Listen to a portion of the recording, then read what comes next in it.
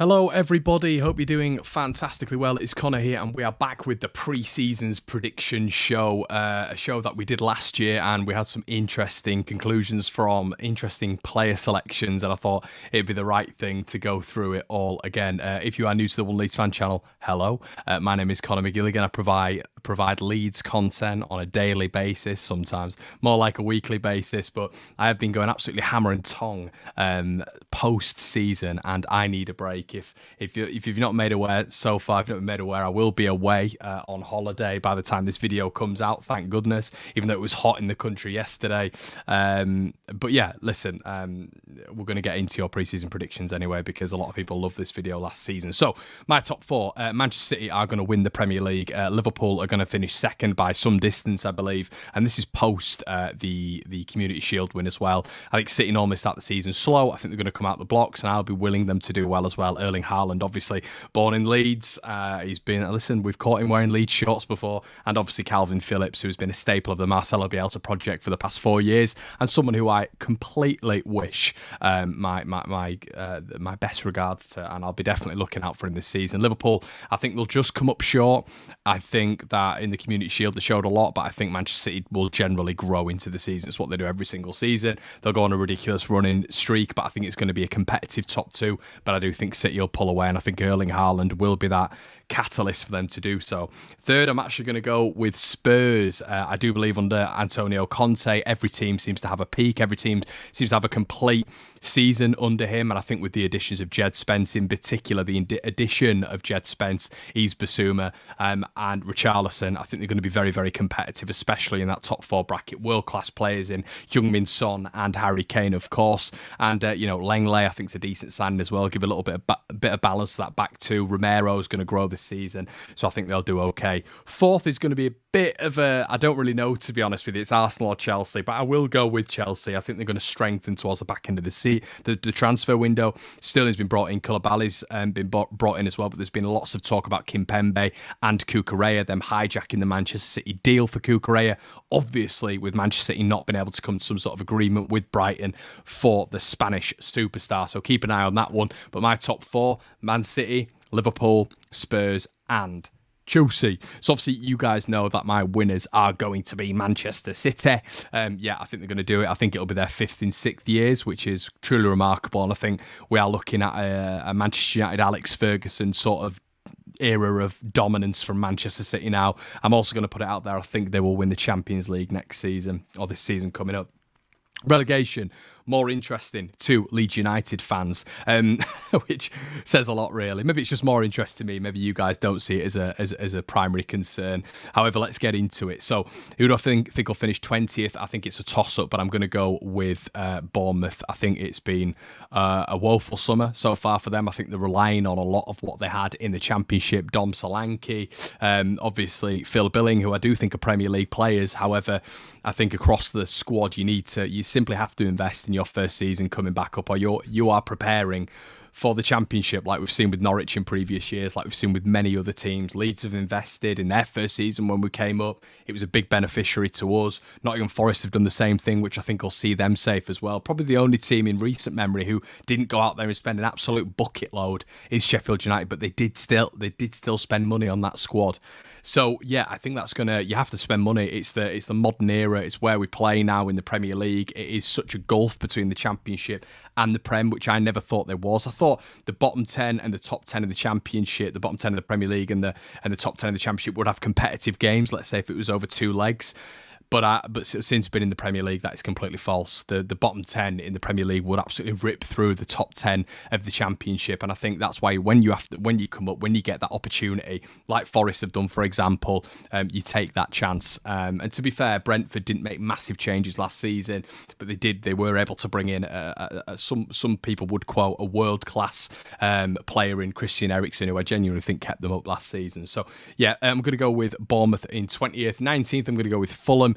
The exact same reasons, really. Not really hugely strengthened. I'm still seeing Harry Wilson. I'm still seeing Mitrovic. I'm still seeing Tom Kearney. I'm still seeing players that I saw years and years ago in the Fulham setup. I don't think that's going to help them in the long run. So I'm going to go with Fulham in 19th. Now 18th. Pause. It's going to be a tough one. I think our lead's going to be in the midst of a 18th place finish. I think we're going to be in the midst. Yeah, I think I don't think it's going to be as cutthroat as a very small minority of Leeds fans are saying, to be honest. I think the majority is a little bit more measured this season, I would say, a little bit more realistic maybe. I mean, last season when we finished 9th, there was genuinely people saying we're going to finish 5th. I mean, God, I got pelters for saying in my head we'll finish we'll finish 13th, and in my heart we're going to finish 15th, 16th. I got pelters saying that last season. So a little bit of realism being brought down to earth. I think that we know the Premier League's the best league in the world. I think what you've got to take into consideration is obviously Leeds have. I think Phillips is a little bit of a different one, because I think in the Jesse Marsch system it's going to be difficult for him to really sort of thrive in such a compact, narrow system. I've seen that with Calvin Phillips when he played for Manchester City against Bayern Munich. He's dropping between the back two centre backs. He's becoming a centre back. He's got time on the ball. He's able to spread the ball. So that's Calvin's game now, which was honed by Marcelo Bielsa, which is going to be even further honed by Pep Guardiola in a Jesse Marsch system. Completely different style of play. I think he'd have struggled. Now the main one is Rafinha. You've lost that output, so there's a lot of pressure on Sinisterra. There's a lot of pressure on Bamford. There's a lot of pressure on Aaronson and Harrison, if Harrison does stay at Leeds United, to be able to make up those goals, which I think fundamentally they will be able to do. Now the second question: will our lead marksman stay fit throughout the entire season in Patrick Bamford? I don't think so. I think there's going to be bouts where he's going to be out for periods of time. He's shown that throughout his entire career. What have I always said on this channel? Trends and patterns. Trends and patterns in football are absolutely everything. Unfortunately, in Bamford's career, he has shown throughout consistently that he picks up injuries, and I'm expecting that again this season. Unfortunately, it seems like we get quite far with Paddy, then we get knocked back 2 or 3 steps like last season. Hopefully it won't be as frequent. Hopefully he can still grab, I don't know, like 8 to 10 goals. But yeah, if we can spread that wealth, we can spread that depth of goals, that'd be absolutely fantastic. And that's why I still think we're in the conversation, but I don't think we'll finish 18th. But what I will say is I think it is going to be between Everton and Brentford, but I'm going to go with Brentford. I think the Christian Eriksen loss is absolutely huge. Now, huge caveat here as well.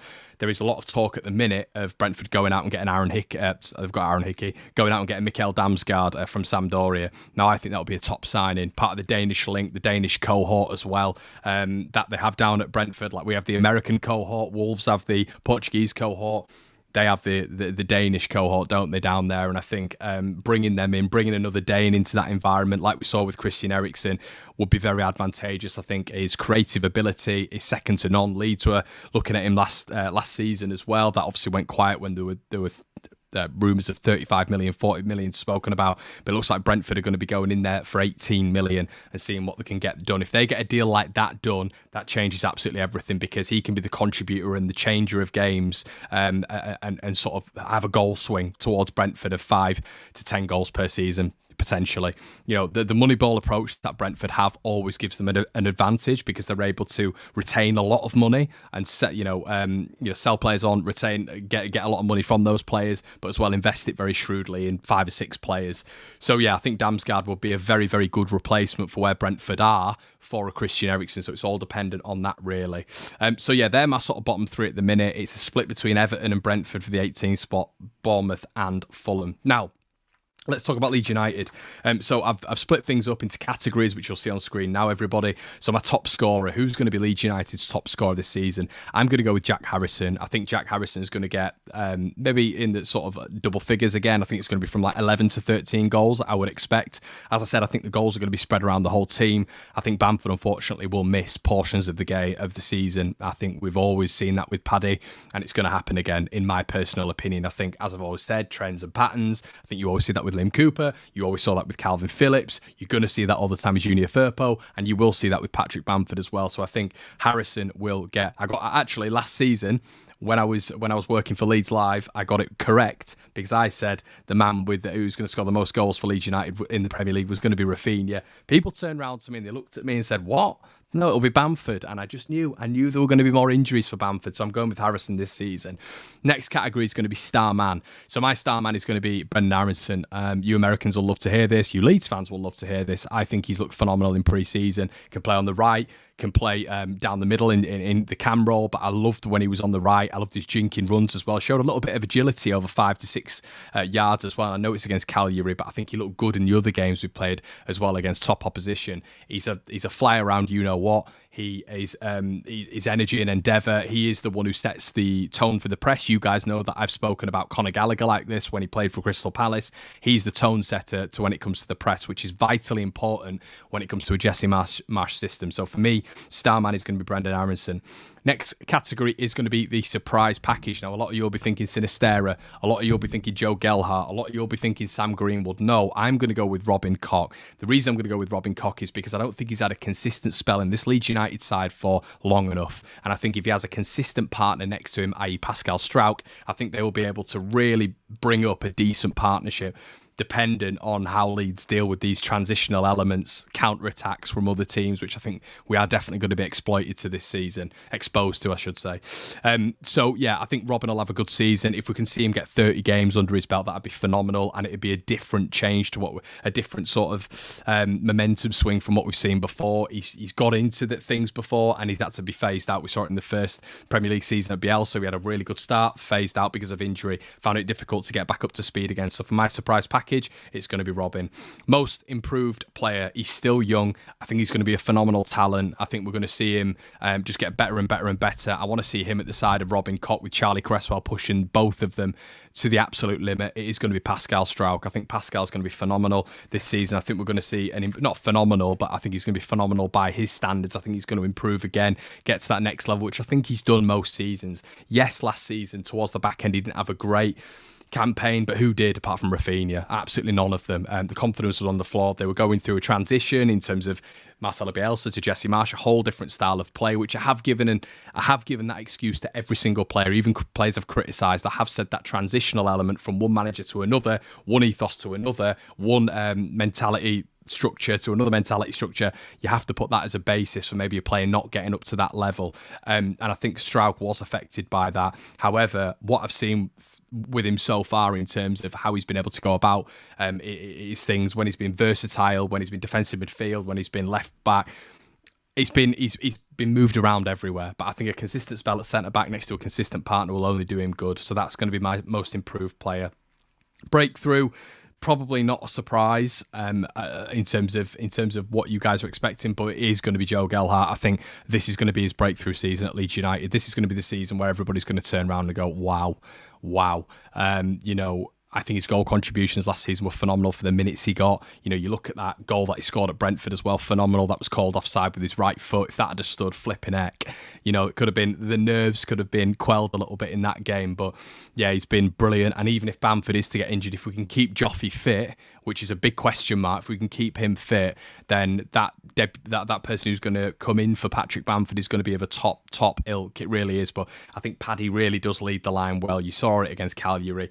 You've seen it in pre-season. He leads the line so well, and he's a deft finisher as well, a really deft finisher. So, yeah, overall, I think breakthrough is going to be Joe Gelhardt. Now, guys, my final position. I think Leeds have improved overall. I think Rafinha going is going to be a downgrade because we have nobody, in my opinion, who can match his X factor, which I think is a problem when we're in the final third. I think we've still seen some poor decision making in the final third, which was evidenced by Cagliari, which has been evidenced by Aston Villa in particular and Crystal Palace. I still don't think we've got that pure threat up front. Who knows if Sinisterra is going to be back? Let's hope so. If he is back, fantastic. We need to see more of him. Is he that X factor? He proved at Feyenoord that he was an X factor for them. Can he be that for Leeds United in the Premier League? Let's hope so. But I'd love for us to spread the goals around. I think that's where it's going to keep Leeds up in the Premier League if we're able to do that, if other players are able to step up. There was too much burden on Rafinha. So a lot of things coming to the fore. I think we will improve on last season, but I think a lot of people will... The people who didn't understand will understand how important Rafinha was to this side. I I think we are going to still concede goals, a lot of goals. I think that's been shown in pre-season, but I think we'll score goals as well, which is positive. So I'm going to go with the final league position of Leeds United to finish 16th in this Premier League campaign. Guys, let me know exactly what you think. That has been my pre-season predictions. Do you disagree? Do you agree? Please let me know in the comment section below. I'm always encouraged to hear what you guys think. Now, listen as well. We're going to be doing a video on the Patreon account, which will be released maybe today or tomorrow. Make sure you check that out. It's going to be a little bit more breakdown on Wolverhampton Wanderers, which I know you guys want me to talk about. I'm basically going to do a little bit of a breakdown on Wolves. That's going to be on the Patreon later on. Make sure you check that out. We've got loads of good stuff coming up on there, guys. Even when I'm away on holiday, I'm still producing content for you guys. Make sure you like, comment, and subscribe, and I will see you in a bit.